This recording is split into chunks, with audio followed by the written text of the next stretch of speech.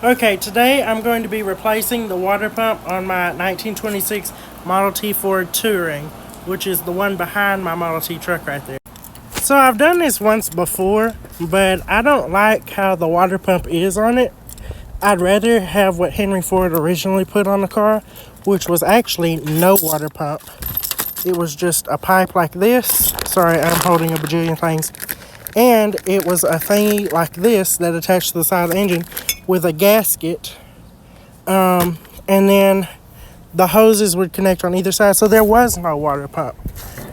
So what I'm going to be doing today is I did just put this water pump on, but I don't really like it because you have to keep it really well greased or else it pumps all the water out and then it starts overheating. So we're going to do away with the water pump just like this truck is. So this truck, my truck from 1926, these are the same year cars, so same year engines. See, this is what it was originally like. There was no water pump in there, see? So that's what I'm going to do again. Also, with this method, it'll be easier to mount a horn again because I had to take the horn off because see what horn is going to go on that. See what I mean? Anyway, so let's get to work.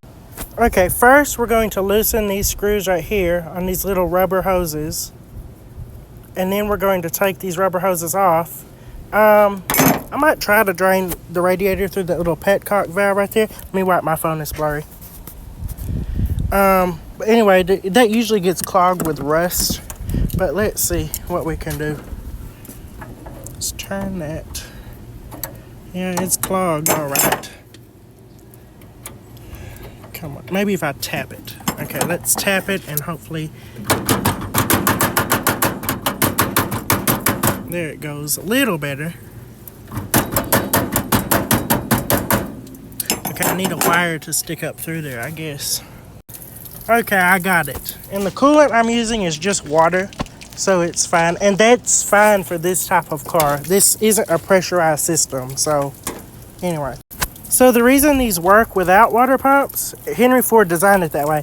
If you know that hot air rises and cold air sinks, it's the same principle with this water.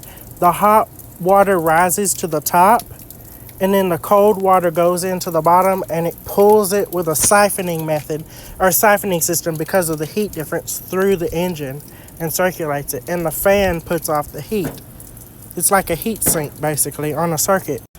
Okay, here's a new old water pump. I bought that new from Snyder's Antique Auto. Anyway, also, a lot of people are like, ew, don't ever run just water. The engine will get really rusty. This whole engine has had water its whole life. And look, it's not even that rusty in there. See? It's pretty good. Okay. Okay, we got the old hoses off, or one of the old hoses. Here's the metal part that used to be used with this water pump. But since we're bypassing the water pump like Henry Ford originally did, I ordered this longer metal piece. See how it's a little bit longer? It's for that purpose, to bypass the water pump like Henry Ford originally. Okay, the old gasket stuck with this water pump, so I'm going to use the new gasket that I ordered. And I've cleaned the gasket surface really well. Let's open this and put it on there and put everything together. Here's the new gasket.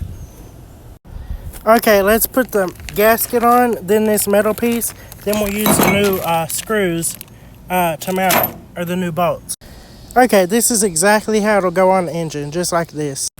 And with this setup, we can put the original horn back where it was.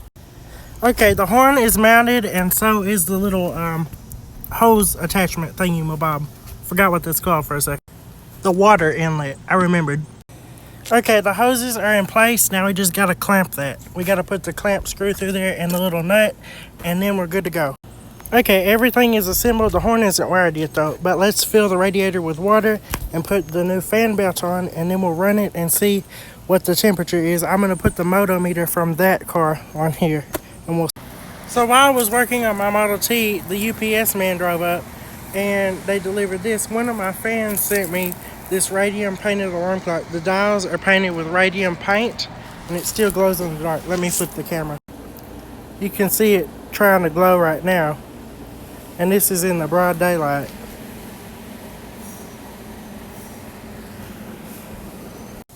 So thank you, Tyler Hill, for sending me this radium painted alarm clock. Okay, so I took the crank out to tighten the belt in there. Let's put the crank back. Okay, the crank is back on and the cotter pin is in place. Let's fill the radiator with water. Okay, let's put water in the radiator and make sure nothing drips over here. Okay, the radiator is filled with water. Now we're going to put the Moto meter on there from this Model T, and we'll run it for a few minutes, probably about 5, and see where the temperature's at. It's 97 degrees out here. Okay, let's start the car and run it for a few minutes and see where the temperature lands. Gotta get my key. Okay, here it is. So I've got to order a new spark coil because it's only running on 3 cylinders right now. You'll hear that when it runs, but it does run. So anyway, let's start it. Okay, I just got the Model T started about 3 minutes ago. The belt I had put on there slipped off, so I replaced it with the belt from that one. I'll get a new leather belt for it. But anyway, so it's been on about 3 minutes. You can hear it misfiring. It's running on 3 cylinders right now. That's the way I came over here. I drove it 7 minutes that way. One of these coils is not ideal right now. I just got all new spark plugs for it as well. But anyway, so it's running. Let's see how hot the engine is. Let's see if I can touch this. There we go. I'm touching that. It's not hot.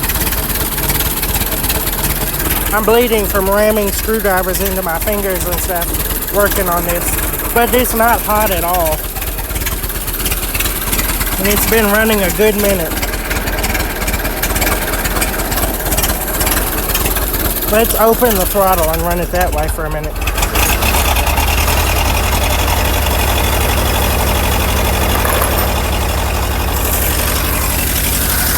I run it this way for about 2 minutes. Okay, I'm guesstimating, but I think it's been about 2 minutes. Let's slow the throttle now. And let's see if we can still do that. Yep, it's just barely warm. So yeah, let's see. The engine's a little hot, but not too bad. Yeah, it's working good. Let's see if our temperature's even registering it.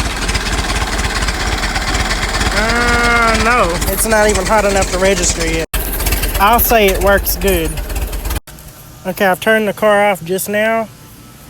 Do we have any boiling in here? Nope. Okay, it's working ideal now. See, it's not even boiling over down there.